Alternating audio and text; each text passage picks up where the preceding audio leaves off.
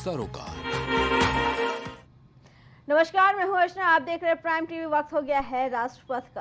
कांग्रेस के राष्ट्रीय अध्यक्ष मल्लिकार्जुन खड़गे ने झारखंड के हजारीबाग में एक चुनावी सभा को संबोधित किया। इस दौरान उन्होंने केंद्र सरकार के मंत्रियों की लगातार रैलियों और प्रचार अभियानों पर भी सवाल उठाया। उन्होंने कहा कि झारखंड के चुनाव प्रचार में पीएम नरेंद्र मोदी, अमित शाह और बहुत से केंद्रीय मंत्री और अलग अलग राज्यों के मुख्यमंत्री घूम रहे हैं। बीजेपी का मकसद आदिवासी मुख्यमंत्री को हटाना और झारखंड में सत्ता बनाना है। उन्होंने कहा कि मैं पीएम मोदी और अमित शाह से कहना चाहता हूं कि यहां से आप इंडिया गठबंधन की सरकार को नहीं हटा सकते। खड़गे ने यहां बीजेपी केंद्र की सरकार और प्रधानमंत्री नरेंद्र मोदी पर जमकर निशाना साधा। खड़गे ने प्रधानमंत्री मोदी को डिबेट करने की भी चुनौती दे डाली। मैं बेंगलुरु में बोला था, कुछ बातों की टिप्पणी उन्होंने यहां पर की 2-4 जगह। मैं उनको चैलेंज करता हूं, वो बेंगलुरु आए, मैं बताऊंगा कि हम जो गारंटी दिए 5, उसमें हमने कितने इंप्लीमेंट किया, कितने लोगों को पहुंचाया, कितना खर्च किया। जो हिसाब आपके सामने रखा हूं, पूरा डिटेल वहां पर मैं बेंगलुरु में रखूंगा। बहस ऐसा टेबल पे हो, वो उधर ठहरे, मैं इधर ठहरूंगा, या नहीं तो मैं उधर ठहरूंगा, वो इधर ठहरे। बहस करूंगा किसकी सरकार अच्छी काम की है, किसकी सरकार गारंटी पहुंचाई है।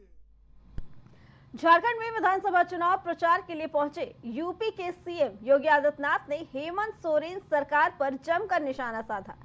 सीएम योगी ने सोरेन सरकार में मंत्री रहे आलमगीर आलम के करीब के घर से भारी मात्रा में कैश बरामद होने पर उनकी तुलना औरंगजेब से कर दी।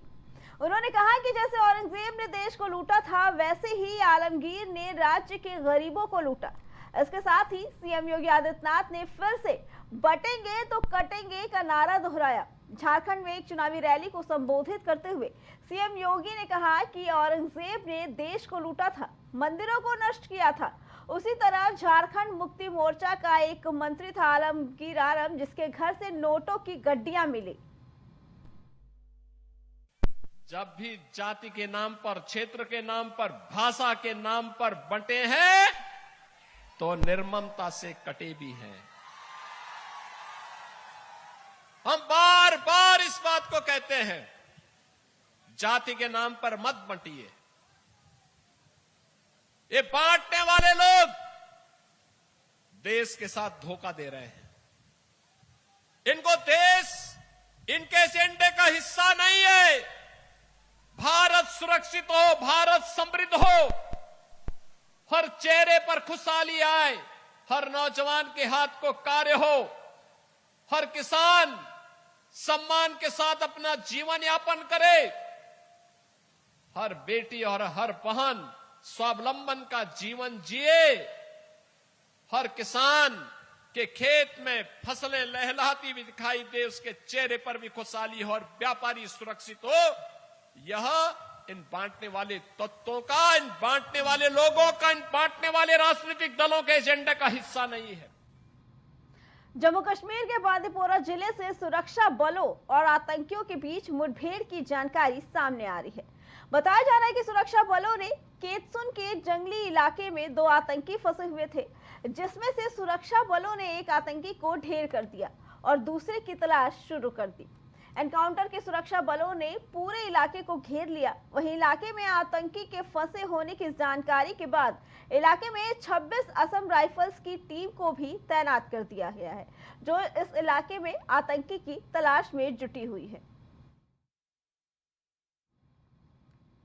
दिल्ली में छठ पूजा के अवसर पर सरकारी दफ्तरों और स्कूलों में छुट्टी रहेगी।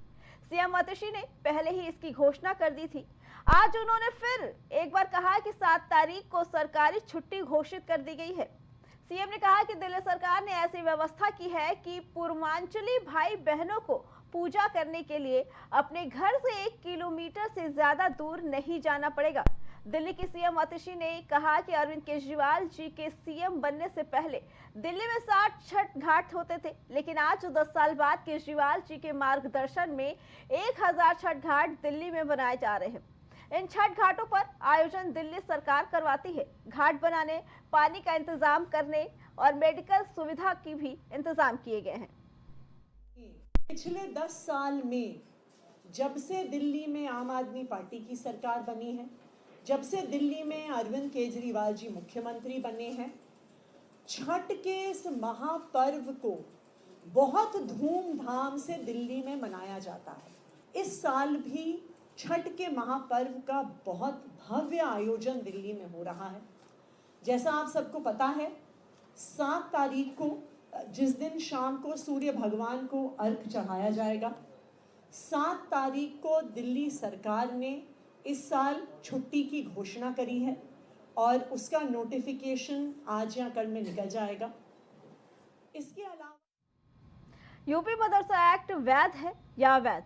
सुप्रीम कोर्ट ने आज इस मामले पर एक बड़ा फैसला सुनाया। सुप्रीम कोर्ट ने इलाहाबाद हाई कोर्ट के 22 मार्च 2024 के फैसले को पलटते हुए यूपी मदरसा एक्ट की संवैधानिकता को बरकरार रखते हुए मान्यता दे दी। इलाहाबाद हाई कोर्ट की लखनऊ बेंच ने यूपी मदरसा बोर्ड एक्ट को संविधान के मौलिक ढांचे के खिलाफ बताते हुए सभी छात्रों का दाखिला सामान्य स्कूलों में करवाने का आदेश दिया था। सीजेआई डीवाई चंद्रचूड़ के नेतृत्व वाली सुप्रीम कोर्ट की 3 जस्टिस की बेंच ने कहा कि ये सही नहीं था। सुप्रीम कोर्ट ने फैसले में कहा कि राज्य सरकार शिक्षा को नियमित करने के लिए कानून बना सकती है। इसमें सिलेबस, छात्रों का स्वास्थ्य जैसे कई पहलू शामिल हैं। सुप्रीम कोर्ट ने कहा कि मदरसा मजहबी शिक्षा भी देते हैं, लेकिन उनका मुख्य उद्देश्य शिक्षा ही है। सर्वोच्च न्यायालय ने कहा कि किसी भी छात्र को धार्मिक शिक्षा के लिए बाध्य नहीं किया जा सकता। अच्छा फैसला लिया, एक्ट बनाया मदरसा एक्ट कि मदरसा एक्ट में सुधार है, पढ़ाई की जरूरत है। वहां के बच्चे भी पढ़ लिख करके डॉक्टर, इंजीनियर, जज बने हैं। लेकिन कुछ कठमुल्ले ने, सब लोगों ने विरोध करते रहे। आज सुप्रीम कोर्ट के फैसले को सब लोग मिलकर स्वागत करना चाहिए। मुसलमानों को भी स्वागत करना चाहिए, क्योंकि उनके बच्चों के भविष्य का सवाल है।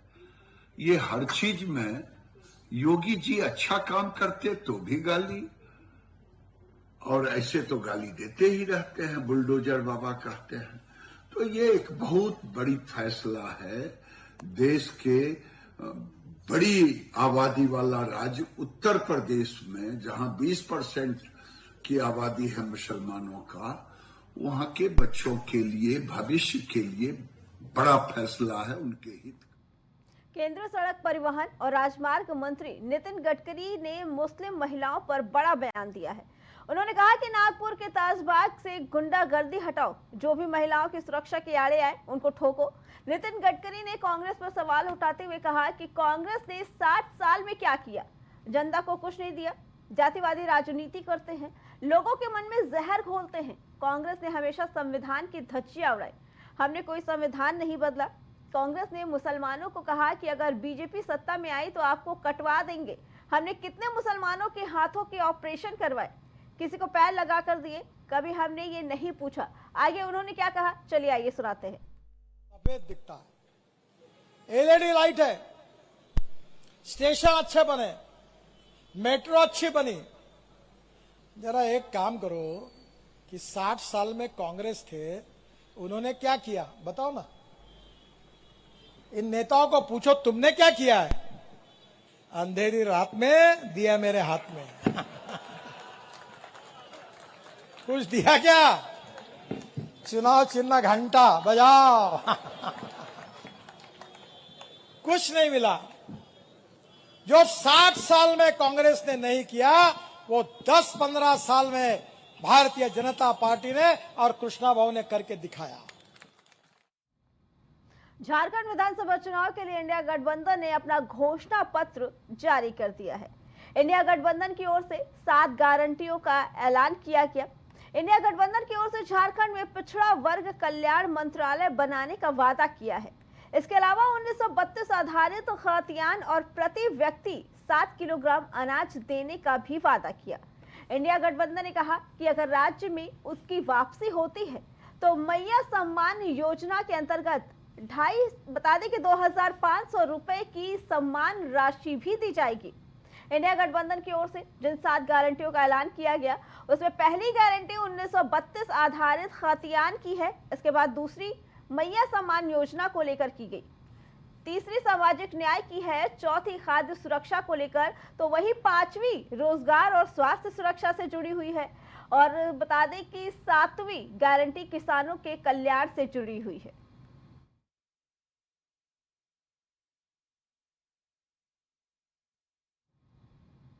अमेठी पहुंचे यूपी सरकार में कैबिनेट मंत्री संजय निषाद का एक बड़ा बयान आया है।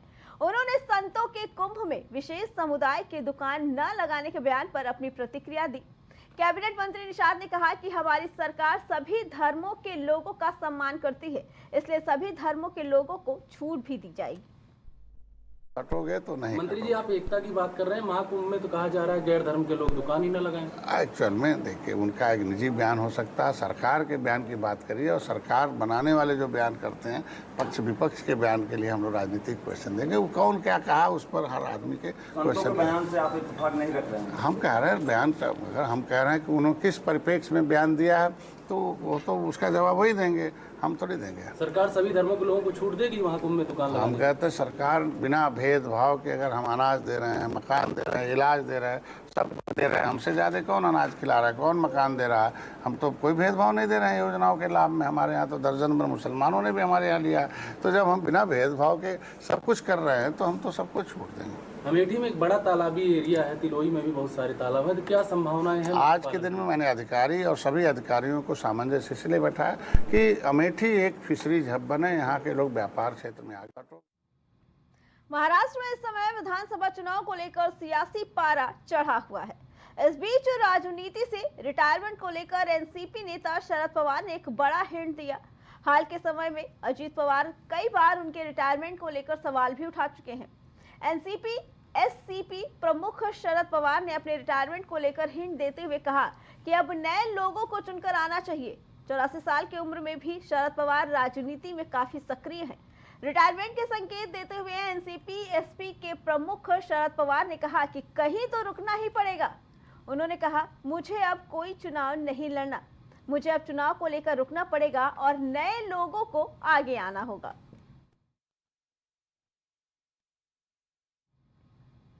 जनसत्ता दल लोकतांत्रिक अध्यक्ष और कुंडा से विधायक रघुराज प्रताप सिंह उर्फ राजा भैया और समाजवादी पार्टी के राष्ट्रीय अध्यक्ष अखिलेश यादव की नजदीकियां एक बार फिर से बढ़ रही हैं। इसकी चर्चा उत्तर प्रदेश के सियासी गलियारों में उस वक्त जोर पकड़ने लगी जब राजा भैया ने सपा नेता इंद्रजीत सरोज को माफ करते हुए उनके खिलाफ दर्ज मानहानि के मुकदमे को वापस ले लिया। यूपी की सियासत में इसे एक अहम कदम माना जा रहा है। दरअसल 2024 के लोकसभा चुनाव सपा नेता इंद्रजीत सरोज के बेटे पुष्पेंद्र सरोज की राजा भैया की पार्टी से नजदीकी बढ़ी थी। ऐसे में राजा भैया के इस कदम को लेकर चर्चाओं का बाजार अब गर्म हो गया है। चर्चा हो रही है कि आखिर सपा नेता पर राजा भैया इतने मेहरबान क्यों हो गए, जबकि 2024 लोकसभा के पहले राजनीतिक रूप से दोनों नेता प्रतिद्वंदी के रूप पर देखे जा रहे थे। राष्ट्रपति में फिलहाल इतना ही। बाकी खबरों के लिए देखते रहे प्राइम टीवी।